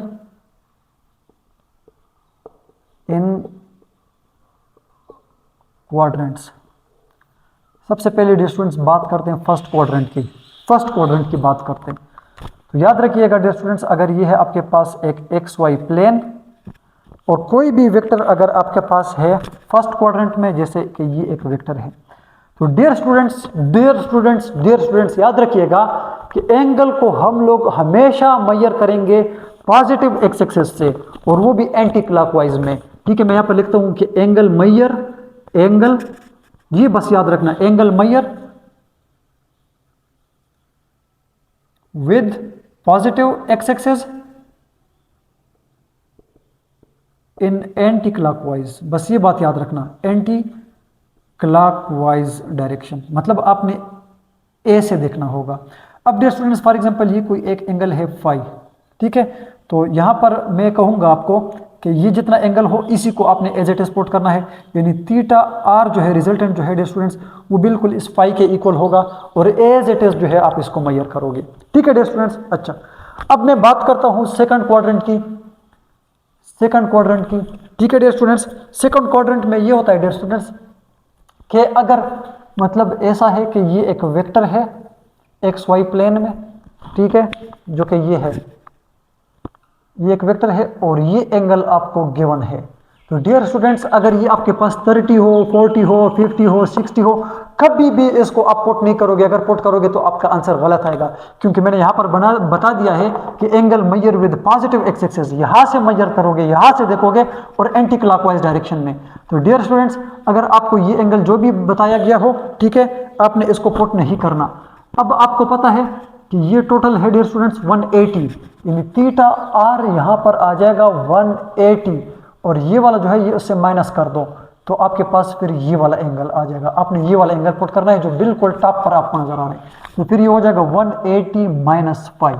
ठीक है डियर स्टूडेंट्स, मतलब अगर देखो फिर देख लो, ये एक वेक्टर है, ये वाला एंगल आपको दिया है 5, आप ये वाला पुट नहीं करोगे डियर स्टूडेंट्स, आप ये वाला पुट करोगे, ये रेड वाला। ठीक है, अब ये रेड वाला आपको कैसे पता चलेगा? आपको ऐसे पता चलेगा कि ये जो यहाँ से बनता है ना डियर स्टूडेंट्स, ये बनता है ब्लैक जैसे आपको नजर आ रहा है 180, और माइनस इसको कर दो 5 को, तो ये आपके पास ये रेड वाला आ जाएगा। तो जो भी आपके पास होगा उसको हम बोलेंगे रिजल्टेंट एंगल। इसी तरह डियर स्टूडेंट्स हमारे पास नेक्स्ट है थर्ड क्वाड्रेंट। थर्ड क्वाड्रेंट में आप एंगल को कैसे मेजर करोगे? डियर स्टूडेंट्स अगर आपके पास फॉर एग्जांपल ये है आपके पास थर्ड क्वाड्रेंट, ठीक है डियर स्टूडेंट्स, और ये उसमें कोई एक जो है आपको गिवन है और ये एंगल गिवन है, ठीक है, और इसका नाम है फाई। तो डियर स्टूडेंट्स कभी भी आप इस फाई को मेजर नहीं करोगे, क्योंकि ये एक्स एक्सिस के साथ है लेकिन नेगेटिव एक्सिस है। हम यहाँ से देखेंगे, मतलब हम ये वाला एंगल देखेंगे। तो डियर स्टूडेंट्स ये वाला एंगल कैसे मिलेगा आपको? ये हो जाएगा theta R is equal to यहाँ से यहाँ तक कितना है 180 है, ठीक है डियर स्टूडेंट्स, और ये जो है ये वाला साथ उसके ऐड हो रहा है, तो हम बोलेंगे 180 प्लस 5। इसी तरह नेक्स्ट हमारे पास है डियर स्टूडेंट्स और वो है फोर्थ क्वाड्रेंट। तो फोर्थ क्वाड्रेंट के अंदर आपने एंगल कैसे देखना होगा, बहुत इंपॉर्टेंट है, आप इसको जरा अंडरस्टैंड कीजिएगा डियर स्टूडेंट्स। अब अगर फॉर एग्जांपल आपके पास है डियर स्टूडेंट्स ये एक वेक्टर है ये, अब स्टूडेंट्स अगर आपको ये वाला एक एंगल गिवन है, ये वाला जिस तरह ये है और ये है फाई, तो डियर स्टूडेंट्स ये भी पॉजिटिव एक्स एक्सिस के साथ है, लेकिन देख लो ये जो है क्लॉकवाइज में है, और मैंने यहाँ पर लिखा है कि हम उसको एंटी क्लॉकवाइज में मेजर करेंगे। तो फिर डियर स्टूडेंट्स यहाँ से यहाँ तक आपके पास आ जाएगा 360 डिग्री, ठीक है, और इज इक्वल टू ये वाला उससे माइनस कर दो, यानी ये फाई आप उससे माइनस कर दो तो आपके पास आ जाएगा रिजल्टेंट एंगल, इसको आपने पुट करना है। तो डियर स्टूडेंट्स ये मैंने आपको डिफरेंट 4 केसेस बता दिए कि जिसके थ्रू आप जो है वो एंगल को पुट करोगे। अगर सीधा सीधा जो गिवन होगा आप उसको पुट करोगे तो फिर आपका आंसर गलत आएगा, 100% गलत आएगा। डियर स्टूडेंट्स ये हमारा था आज का लेक्चर कि जिसमें हमने वेक्टर एडिशन के ऊपर बात की, रिजोल्यूशन ऑफ वेक्टर के ऊपर बात की, और addition of vector by rectangular method, और फिर लास्ट में मैंने आपको ये भी बता दिया कि एंगल इन डिफरेंट क्वाड्रेंट्स क्या होगा। अब है मेरे पास कुछ एमसीक्यूज, तो आइए देखते हैं आपको कितने आते हैं और हम उसको कैसे सॉल्व करते हैं। हमारे साथ रहिए डियर स्टूडेंट्स, कहीं भी मत जाइए, बस हमारे साथ रहिए, ठीक है। तो मैं यहाँ पर लिखूंगा आपके लिए और आप उसमें देखें कि कितने एमसीक्यूज आप उसको सॉल्व कर सकते हो, ठीक है। MCQ number 1 है dear students, the resultant of the sum of a vector with its negative vector is, the resultant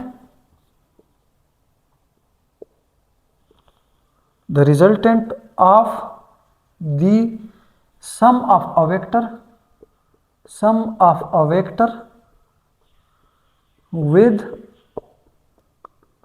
its negative vector is, fourth option given है, फर्स्ट है 0, बी है आपके पास dear students magnitude of a vector, magnitude of a vector, C आपके पास है double of magnitude of a vector, double of magnitude of a vector, और D आपके पास आता है डियर स्टूडेंट्स और वो है 0 वेक्टर। तो देखो the resultant of the sum of a vector with its negative, यानी ए वेक्टर है उसके साथ अगर आप उसका नेगेटिव ए को ऐड करते हो तो आपके पास 0 वेक्टर आता है, जो कि ऑलरेडी हमने डिस्कस किया डियर स्टूडेंट्स। तो आपके पास है 0 वेक्टर। देखो 0 भी गिवन है लेकिन 0 नहीं बल्कि 0 वेक्टर होगा, तो इसमें आपका करेक्ट ऑप्शन है डी। नेक्स्ट हमारे पास है डियर स्टूडेंट्स, आप इसको अंडरस्टैंड कर ले, the unit vector of a vector यानी 2 है, the unit vector of a vector, और वो वेक्टर है dear students A is equal to 3i minus 4j। तो डियर स्टूडेंट्स आपको कहता है कि इस वेक्टर का यूनिट वेक्टर क्या होगा, और इसके ऑप्शन गिवन है, पहला है 5i, बी ऑप्शन है आपके पास 3i minus 4j, C option आपके पास है dear students 2i minus 4j divided by 7, और डी ऑप्शन आपके पास है dear students 3i minus 4j divided by 5। तो डियर स्टूडेंट्स मैं इसको सॉल्व करता हूं और आप भी मुझे कमेंट्स करके बता दें कि इसका आंसर क्या होगा। तो डियर स्टूडेंट्स याद रखिएगा कि कोई भी वेक्टर उसका मैग्नीट्यूड के साथ उसका ये आ जाता है डायरेक्शन, ठीक है डियर स्टूडेंट्स। तो आपने अगर उसका यूनिट वेक्टर मालूम करना हो तो आपने क्या करना होगा, जस्ट उस वेक्टर से उसका मैग्नीट्यूड डिवाइड करना हो, यानी वेक्टर से उसका मैग्नीट्यूड डिवाइड कर दे। तो सबसे पहले वेक्टर तो आपको गिवन है, आप इसका मैग्नीट्यूड फाइंड आउट करें, और मैग्नीट्यूड का फार्मूला मैंने कुछ सेकंड आपको पहले बता दिया कि उसके एक्स कंपोनेंट का स्क्वायर प्लस उसके वाई कंपोनेंट का स्क्वायर, ठीक है, और स्क्वायर रूट। तो ये क्या आ जाएगा डियर स्टूडेंट्स 9 प्लस 4 4 जार 16, तो ये हो जाएगा 25, और ये हो जाएगा डियर स्टूडेंट्स 5। तो इस वेक्टर से आप 5 को डिवाइड कर दें तो ये हो जाएगा 3i minus 4j divided by 5। तो which one, D is the correct answer, कि इसमें आपका करेक्ट आंसर है डियर स्टूडेंट्स डी, ठीक है। अच्छा अब है डियर स्टूडेंट्स यहाँ पर क्वेश्चन नंबर 3 है हमारे पास, और आप इसको देख ले जरा कि वो क्या कहता है और उसका क्या आंसर आता है। क्वेश्चन नंबर 3 कहता है dear students 2 forces of magnitude 10 newton and 20 newton, 3 newton, ठीक है। Question number 3, 2 forces of magnitude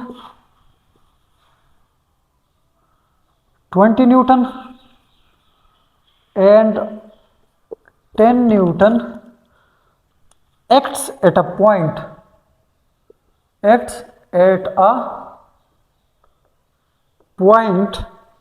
then which of the following cannot be their possible sum? Then which of the following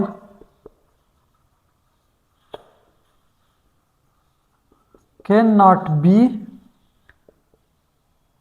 their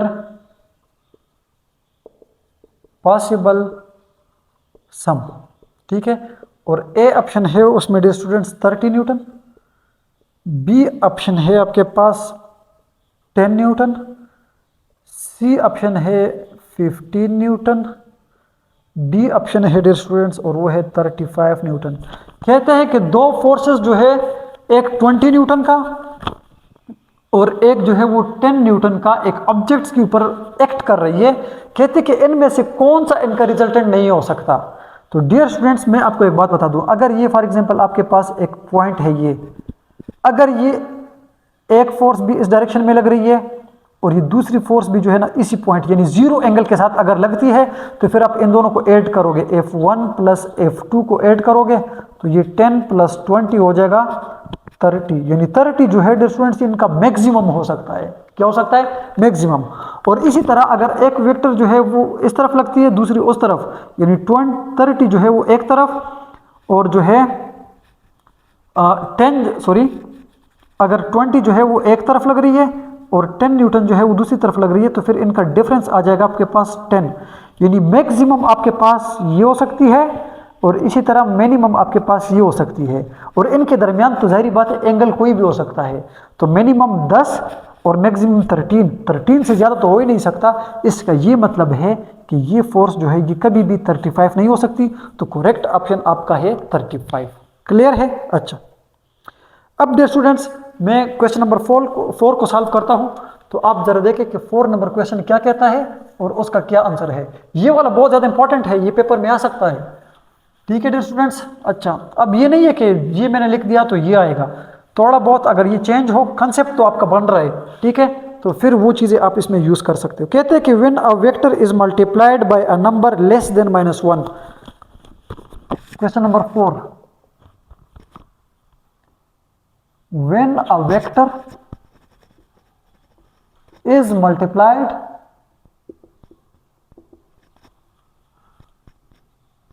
by a number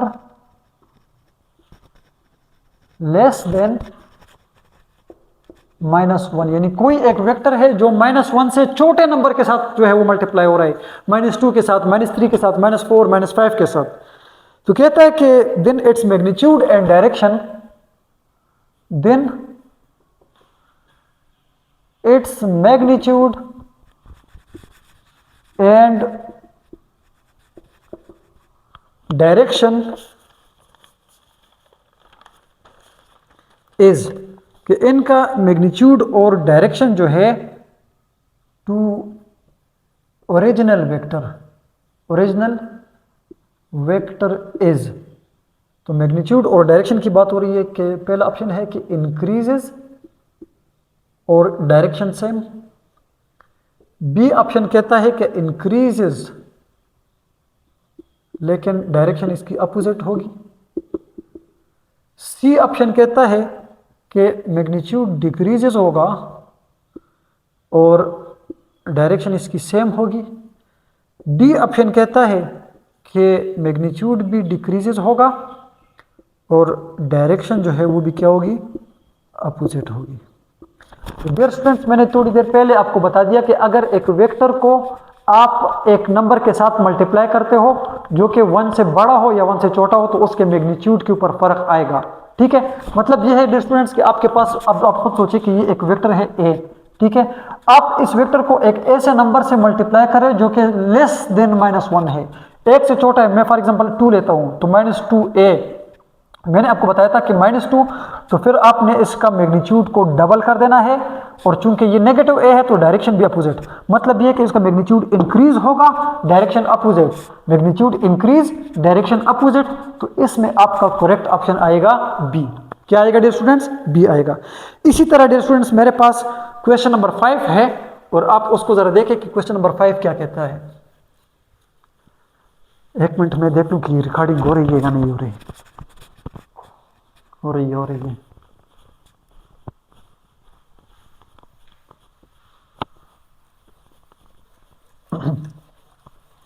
अब देखिए dear students, हम question number 5 को solve करते हैं, MCQs number 5।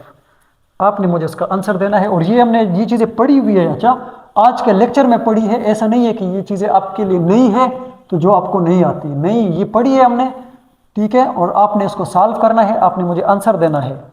अगर ये चीज़ें फिर भी कंफ्यूज जो है वो कर रही है आपको, तो फिर इसका ये मतलब है कि आपको उस टॉपिक की समझ नहीं आई, ठीक है, तो फिर आप उस टॉपिक को दोबारा देख लें ताकि आपको वो चीज़ें क्लियर हो और आप इसको देख लें। ठीक है डियर स्टूडेंट्स। अच्छा, एमसीक्यूज नंबर 5 यानी क्वेश्चन नंबर 5 कहता है कि a vector of magnitude 10 Newton, a vector of magnitude 10 Newton makes an angle of 30 degree, makes an angle of 30 degree with vertical direction, with a vertical direction. The magnitude of its x component is, the magnitude of its x component is, पहला option है dear students 5 newton, B option है 8.66 Newton, C option है 86.6 Newton और D option है आपका 50 Newton. Dear students सबसे पहले तो आप इस वेक्टर को ड्रा कर दें। ये है आपके पास एक्स वाई प्लेन। कहता है कि एक वेक्टर जो है वो क्या करता है, 30 डिग्री एंगल बनाता है, 10 न्यूटन फोर्स वेक्टर है। और क्या करता है वो एंगल किस चीज़ कैसे बनाता है, विद द वर्टिकल डायरेक्शन। मतलब ये कि ये ऐसे है, ये एक वेक्टर है जो कि y के साथ ये वाला एंगल बनाता है 30 का, और ये वेक्टर कितना है 10 न्यूटन। तो डियर स्टूडेंट्स मैंने आपको बताया था कि आपने ये वाला नहीं लेना, आपने पॉजिटिव एक्स से लेना होगा ये वाला एंगल। तो यहाँ पर असल में ओरिजिनल एंगल फिर हो जाएगा 90 माइनस 30। तो फिर ये थीटा आर जो है डियर स्टूडेंट्स आपने अब क्या पुट करना होगा 60, और आपने कौन सा कंपोनेंट मालूम करना है, एक्स कंपोनेंट। तो मैंने आपको बताया था कि एफ एक्स जो है वो आ जाएगा एफ कास थीटा, क्या एफ कास थीटा। और एफ कितना है डियर स्टूडेंट्स बताया है ऑलरेडी 10, और काज जो है वो 60 हो जाएगा।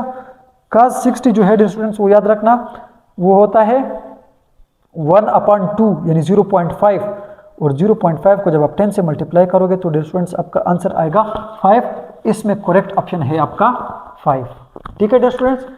नेक्स्ट है हमारे पास क्वेश्चन नंबर 6। इसको जरा आप देख ले। कहते हैं कि force of 10 newton makes angle of 60 degree with Y axis. कहता है force of 10 newton makes an angle of, makes an angle of 60 degree with y axis, with y axis, और कहता है कि its y component is, its y component is, और पहला option है आपके पास डियर स्टूडेंट्स वही 5 न्यूटन, बी ऑप्शन आपके पास है 0.776 न्यूटन, सी ऑप्शन आपके पास है 8.66 न्यूटन और डी ऑप्शन आपके पास है 7.76 न्यूटन। तो डियर स्टूडेंट सबसे पहले तो आप इसको ड्रा कर दें, इसी वेक्टर को ऐसे। क्या है उसका magnitude 10 newton, makes an angle of 60 degree with Y axis. ठीक है, ये वाला ये एंगल कहता है कि स्टूडेंट्स ये 60 डिग्री है, और ये वेक्टर क्या है 10 न्यूटन। तो मैंने आपको थोड़ी देर पहले बता दिया इस एमसीक्यूज में भी डियर स्टूडेंट्स कि हमने पॉजिटिव एक्स से लेना है ये वाला। तो फिर ये जो है आपके पास दोबारा जो है डियर स्टूडेंट्स ये 90 माइनस 60 आ जाएगा, और यहाँ पर जो एंगल आपके पास बनेगा डियर स्टूडेंट्स वो क्या होगा 30 डिग्री होगा। और अब अगर आपने इसका y कंपोनेंट मालूम करना हो तो यह आ जाएगा F Y is equal to F sine theta, और f कितना है 10, साइन 30 कितना होता है डियर स्टूडेंट्स, साइन 30 भी आपके पास होता है 1/2 से, और इससे अभी आपका आंसर आ जाएगा 5 न्यूटन। तो इसका भी करेक्ट ऑप्शन आपके पास होगा डियर स्टूडेंट्स 5 न्यूटन। क्लियर है। अच्छा, कहता है कि the angle made by a resultant vector R is, 7 number है, the angle made by resultant vector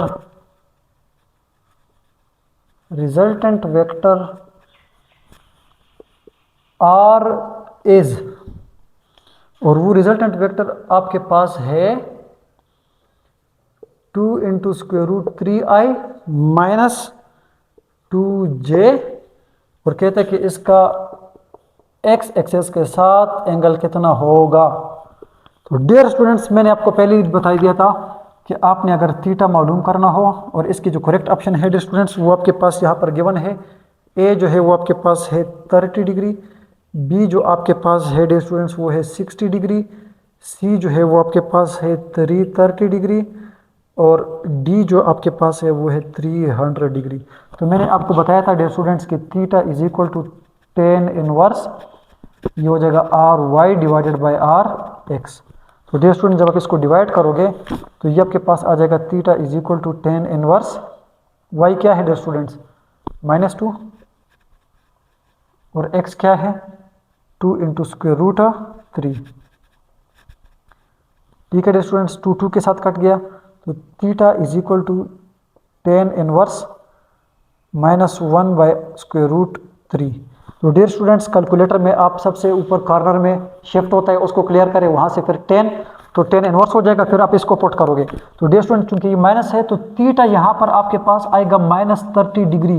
dear students याद रखना कि -30 का मतलब ये होता है कि एक्स वाई प्लेन में ये वाला 30, तो आपने ऐसे आना होगा, ये -30 होता है। तो अब चूंकि वहाँ पर -30 है नहीं, आपने फिर ये जाना होगा ऐसे, तो 360 से डियर स्टूडेंट्स 360 डिग्री से आपने इस 30 को माइनस करना होगा, तो इसमें आपके पास आ जाएगा 330 का एंगल बनता है, जो कि आपका करेक्ट ऑप्शन होगा 330। चूंकि ये आपके पास माइनस बन रहा है तो ये आपके पास क्लॉकवाइज आएगा, और ये उसके पास जो है ना हमने एंगल कौन सा लिया था, एंटी क्लॉकवाइज, तो 360 माइनस 30 डिग्री, इसीलिए डियर स्टूडेंट्स ये आपके पास आ रहा है 330 का आंसर आ रहा है। क्या आ रहा है 330 का आंसर आ रहा है। अब डियर स्टूडेंट्स एमसीक्यूज यहाँ पर 8 मेरे पास है कि the magnitude of horizontal component of a force 10 Newton is 6 Newton. जरा देख ले 8 एमसीक्यूज क्या कहता है डियर स्टूडेंट्स कि the magnitude of horizontal, the magnitude of horizontal component of a force 10 Newton is 6 Newton. Find the y component. Find the vertical component. अब dear students correct option आपके पास यहाँ पर है 10 न्यूटन, बी आपके पास है 4 Newton, सी आपके पास है 8 न्यूटन, और इसी तरह डी आपके पास है डियर स्टूडेंट्स 10 न्यूटन। तो कहता है कि एक 10 न्यूटन फोर्स है डियर स्टूडेंट्स, और उसका जो एक्स कंपोनेंट है वो है 6 न्यूटन। आप मुझे बता दें कि इसका वाई कंपोनेंट कितना होगा। तो डियर स्टूडेंट्स सबसे पहले आप ड्रा कर दें कि ये एक फोर्स है जो कि है 10 न्यूटन, और ये वाला कंपोनेंट्स ऑलरेडी आपको बता दिया गया है कि ये 6 है। कहता है कि आप इसको बता दें। तो डियर स्टूडेंट्स पाइथागोरस थ्योरम आप अप्लाई करेंगे, hypotenuse square is equal to base square plus perpendicular square, और ये परपेंडिकुलर हमने बता देना है तो बेस को उधर ले जाए, तो ये हो जाएगा hypotenuse square is equal to base minus हो जाएगा is equal to perpendicular square, दोनों तरफ से स्क्वायर रूट ले ले डियर स्टूडेंट्स, ये इसके साथ कट जाएगा। तो perpendicular is equal to hypotenuse कितना है 10 का स्क्वायर माइनस बेस कितना है 6 का स्क्वायर।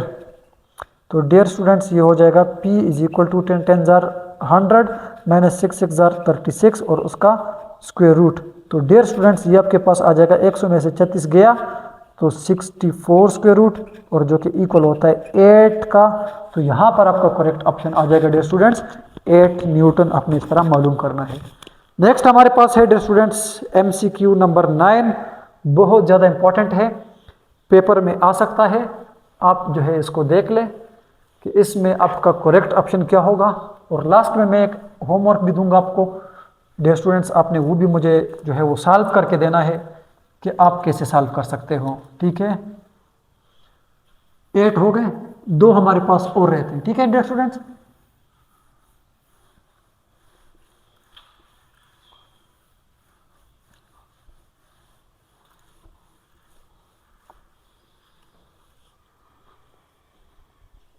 अच्छा 9 नंबर MCQ है dear students, if the magnitude of resultant of two vector if the magnitude of resultant of two vectors of equal magnitude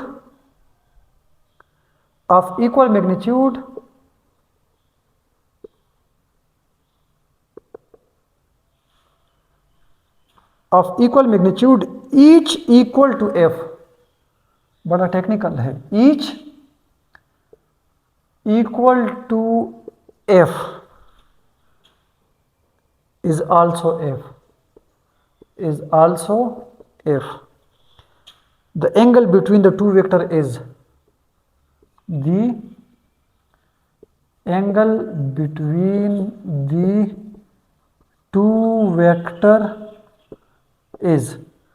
पहला option है डियर स्टूडेंट्स आपके पास 60 डिग्री, बी ऑप्शन आपके पास है 120 डिग्री, सी ऑप्शन आपके पास है 30 डिग्री और डी ऑप्शन आपके पास है डियर स्टूडेंट्स 90 डिग्री। पहले आप क्वेश्चन को जरा समझिए, बड़ा टेक्निकल है। कहता है कि if the magnitude of resultant of two vectors of equal magnitude, कहते हैं कि अगर दो वेक्टर्स है दोनों का मैग्नीट्यूड सेम है, यानी f2 और f1 जो है वो इक्वल है, ठीक है, इनका मैग्नीट्यूड इक्वल है और इज इक्वल टू f, कहता है कि इनका जो मतलब रिजल्टेंट है, यानी मैं यहाँ पे fr लिखता हूँ, कहता है वो भी इसकी इक्वल है, यानी जो आपके पास a वेक्टर है b भी वही है और इन दोनों का जो रिजल्टेंट है, यानी इन दोनों को जब आप ऐड करोगे तो रिजल्टेंट भी वही आता है, ठीक है। मैं बताता हूँ, कहता है कि आप मुझे बता दें कि इन दो वेक्टर्स के दरमियान एंगल कितना होगा। तो डियर स्टूडेंट्स का ये मतलब है कि ए वेक्टर है आपके पास और बी वेक्टर है आपके पास। कहा गया है कि ए वेक्टर जो है वो बी के इक्वल है, यानी दो वेक्टर है ए और बी, कहते हैं कि ये दोनों इक्वल है मैग्नीट्यूड इनका। और अब कहता है कि इनका रिजल्टेंट जो है यानी आर जो है वो भी इनके इक्वल है, ठीक है। तो मतलब मैं कह सकता हूँ कि ए इज इक्वल टू एफ है, बी भी इज इक्वल टू एफ है, ये जो इक्वल है तो ये भी एफ की इक्वल हो गए, ठीक है। तो अब आप मुझे बता दें कि ए और बी के दरमियान कितना एंगल है। तो डियर स्टूडेंट्स, आपने अगर दो वेक्टर्स, कोई भी दो वेक्टर्स हो, उनका अगर आपने रिजल्टेंट मालूम करना हो और उनके दरमियान कोई भी एंगल हो, 0 हो, 90 हो, 180 हो, 60 हो, 70 हो, 360 कोई भी हो, तो उसका रिजल्टेंट मालूम करने का फॉर्मूला ये है कि r is equal to square root लो डियर स्टूडेंट्स, ए वेक्टर का स्क्वायर प्लस बी वेक्टर का square plus 2ab cos of theta. Dear students, अब अगर आप ये पुट करोगे तो आप कोई से दो वेक्टर्स के दरमियान कोई भी एंगल हो तो आप उसका रिजल्टेंट मालूम करोगे। लेकिन अब इस कंडीशन के मुताबिक डियर स्टूडेंट्स, ये r जो है ये f के इक्वल है और a जो है ये भी f के इक्वल है, प्लस b जो है ये भी f के इक्वल है, प्लस 2f cos थीटा। अब स्टूडेंट्स हमने ये एंगल मालूम करना है कि ये एंगल कितना बनेगा। तो डियर स्टूडेंट्स, ये हो जाएगा f इज इक्वल टू यही स्क्वायर रूट दोबारा f square plus f square कितना हो जाएगा डियर स्टूडेंट्स 2f स्क्वायर। इसी तरह 2f का मतलब है 2f square cos of theta, ठीक है डियर स्टूडेंट्स।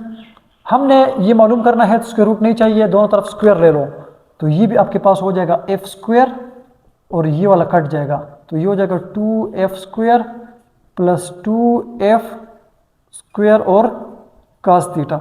इसको उस तरफ ले जाओ डियर स्टूडेंट्स, वो क्या हो जाएगा f square minus 2f square और is equal to 2f square और ये cos थीटा। डियर स्टूडेंट्स, ये एक गया इससे, तो ये हो जाएगा minus f square is equal to 2f square और ये cos ऑफ थीटा। अब स्टूडेंट्स होगा क्या कि ये f स्क्वायर इस f स्क्वायर के साथ कट गया, माइनस 1 बचा is equal to 2 cos of theta. तो cos ऑफ थीटा हो जाएगा डियर स्टूडेंट्स -1/2 और थीटा इज इक्वल टू हो जाएगा cos इनवर्स -1/2। तो जब आप इसको करोगे डियर स्टूडेंट्स, तो ये आपके पास आ जाएगा 120 का एंगल, यानी cos इनवर्स -1/2 जो है ये एग्जैक्टली आपको क्या देगा डियर स्टूडेंट्स 120। मैंने अपने पास ये लिखा है तो इसीलिए मैं यहाँ पर इस तरह ये लिखता हूँ, ठीक है डियर स्टूडेंट्स। अच्छा, अब यहाँ पर मेरे पास है क्वेश्चन नंबर 10। तो डियर स्टूडेंट्स, ये आप आपको मैं होमवर्क देता हूँ कि आपने इसको मालूम करना होगा। इसके बाद एक कॉम्प्लिकेटेड क्वेश्चन है वो मैं सॉल्व करूँगा। क्वेश्चन नंबर 10 ये है डियर स्टूडेंट्स कि आपके पास एक वेक्टर है ए और कहता है कि इनका 7i माइनस 8j ये एक वेक्टर है डियर स्टूडेंट्स, एंड बी जो है डियर स्टूडेंट्स वो है i प्लस 2j। सिंपल है। अच्छा, और कहता है कि आप मुझे बता दें कि ए वेक्टर प्लस बी वेक्टर का मैग्नीट्यूड कितना होगा। डियर स्टूडेंट्स पहले इन दोनों को ऐड कर दे, आई के साथ आई को और जे के साथ जे को, जो वेक्टर आएगा वो ए प्लस बी होगा, उसका फिर अपने मैग्नीट्यूड लेना है, यानी फिर भी उसका आई स्क्वायर प्लस जे का स्क्वायर और स्क्वायर रूट। तो यहाँ पर आपके पास ऑप्शन में यहाँ पर लिखता हूँ कि 8i माइनस 6j, इसी तरह बी आपके पास है 8i प्लस 6j, सी आपके पास होगा डियर स्टूडेंट्स 10 और डी आपके पास होगा 5। तो इसमें आपने करेक्ट ऑप्शन जो है वो आपने मुझे कमेंट करना है, कमेंट करना है, ठीक है। और क्वेश्चन नंबर 11 जो है डियर स्टूडेंट्स वो मैं यहाँ पर सॉल्व करता हूँ, फिर उसके बाद हम आपसे इजाज़त चाहेंगे, ठीक है डियर स्टूडेंट्स। अच्छा,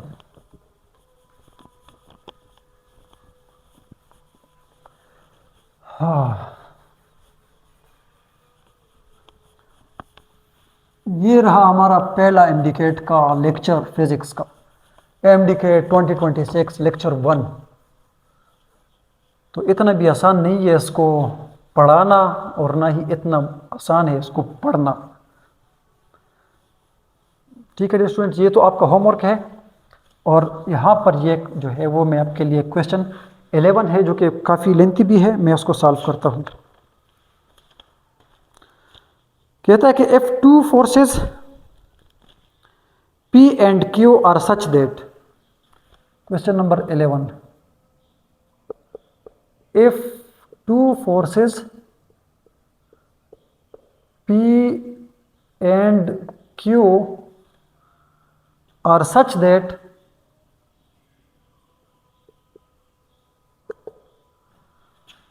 P plus Q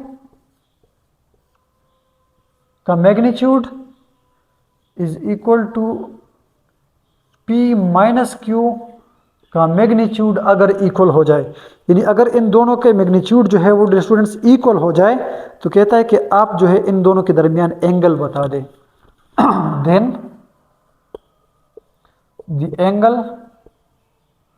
between P and Q is, यहाँ पर A आपके पास है डियर स्टूडेंट्स 0 डिग्री, B आपके पास है 30 डिग्री, C आपके पास है 90 डिग्री और D आपके पास है डियर स्टूडेंट्स 180 डिग्री।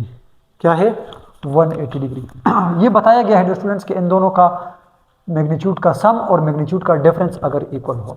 तो डियर स्टूडेंट्स याद रखना कि अगर दो वेक्टर्स हैं और उनका जो है वो ऐड हो रही है, ठीक है, मैग्नीट्यूड, तो फिर आप ये कहोगे कि P प्लस Q का जो मैग्नीट्यूड होगा डियर स्टूडेंट्स वो इक्वल होगा P square plus Q square plus 2PQ cos of theta square root.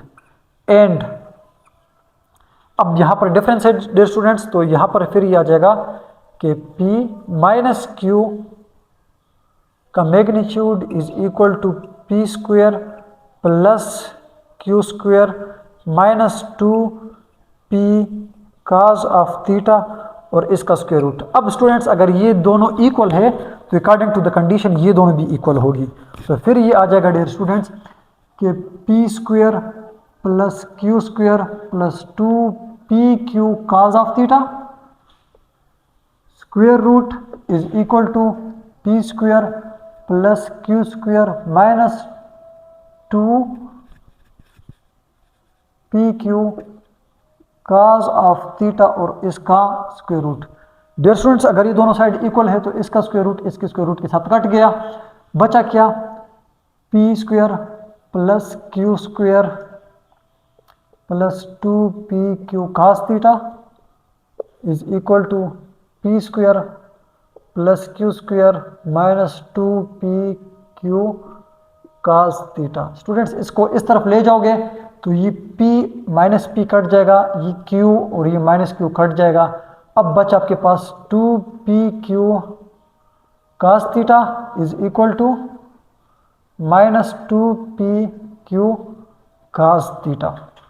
Students इनको आप एक साइड पे ले जाए तो ये हो जाएगा 2p Q cos theta plus ये जब उस तरफ जाएगा तो ये हो जाएगा 2p Q cos theta is equal to 0। अब ये इक्वल हो जाएगा students 4p Q cos of theta is equal to 0। अब स्टूडेंट्स आपके पास ये एक स्टेप आ रहा है 4p Q cos theta is equal to 0। यहाँ पर दो बातें हो सकती है, या तो आपके पास ये 4p क्यू जो है ये 0 है, या फिर आपके पास cos theta is equal to 0 है। इसको कहते हैं जीरो फैक्टर प्रॉपर्टी, कि अगर इन दोनों का प्रोडक्ट 0 आ रहा है इसका ये मतलब है कि या ये 4p क्यू जो है ये इक्वल टू 0 है, या आपके पास ये कास थीटा जो है ये 0 है। तो डियर स्टूडेंट्स ये आपके पास नॉन जीरो वेक्टर्स है, मतलब जिनका कोई मैग्नीट्यूड है ऑलरेडी बताया गया है। इसका ये मतलब है कि 4p क्यू जो है ये कभी भी 0 नहीं हो सकता। पॉसिबल सिर्फ और सिर्फ ये कि कास थीटा जो है डियर स्टूडेंट्स वो क्या हो, 0 के इक्वल हो। तो फिर ये आपके पास theta is equal to cos inverse of 0 हो जाएगा। अब ऐसा कौन सा एंगल है जो आपको, मतलब कास का ऐसा कौन सा एंगल है जो आपको 0 देता है, तो वो कास 90। कास 90 आपको क्या देता है डियर स्टूडेंट, 0। तो फिर कास इनवर्स ऑफ 0 क्या होगा, 90, उसका जो है वो रेसिप्रोकल। तो theta is equal to cos inverse of 0 जो है डियर स्टूडेंट्स वो 90 होगा। तो मैं इसमें यहाँ पर करेक्ट ऑप्शन आपका लिखता हूँ सी। तो डियर स्टूडेंट्स इसका ये मतलब है कि अगर दो वेक्टर्स जो बिल्कुल एक दूसरे के ऊपर परपेंडिकुलर हो तो उनके सम का मैग्नीट्यूड और उनके डिफरेंस का भी मैग्नीट्यूड हमेशा हमेशा क्या होगा डियर स्टूडेंट्स, इक्वल होगा, जब उनके दरमियान एंगल जो है वो 90 हो। तो डियर स्टूडेंट्स ये हमारे पास MDK 2026 के फिजिक्स का पहला लेक्चर था। आपको कैसा लेक्चर लगा हमारा, अपना खूबसूरत सा जो है अपने कमेंट्स करना है कि इतना जो है वो एक लेक्चर हमने आपको डिलीवर किया, आपको कैसा लगा। और नेक्स्ट लेक्चर में इंशाल्लाह मिलते हैं। तो अपना ढेर सारा ख्याल रखिए डियर स्टूडेंट्स। अल्लाह हाफिज़।